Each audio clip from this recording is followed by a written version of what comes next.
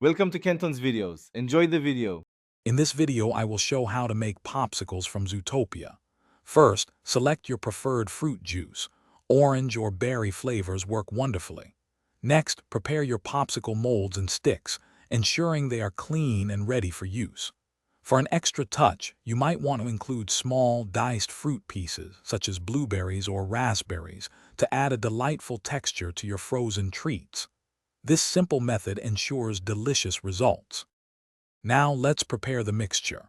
If you like, you can combine your chosen fruit juice with a touch of honey or a dash of vanilla extract for enhanced flavor. Gently pour the liquid into each popsicle mold, being careful not to overfill.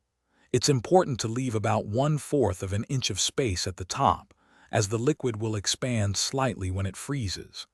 This step is crucial for perfect popsicles. Once your molds are filled, it's time for the freezing process.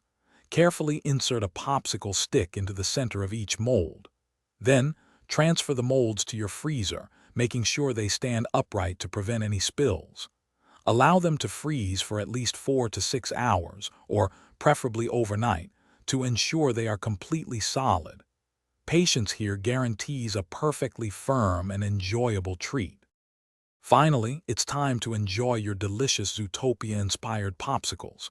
To easily remove them from the molds, simply run a little warm water over the outside of each mold for about 10 to 15 seconds.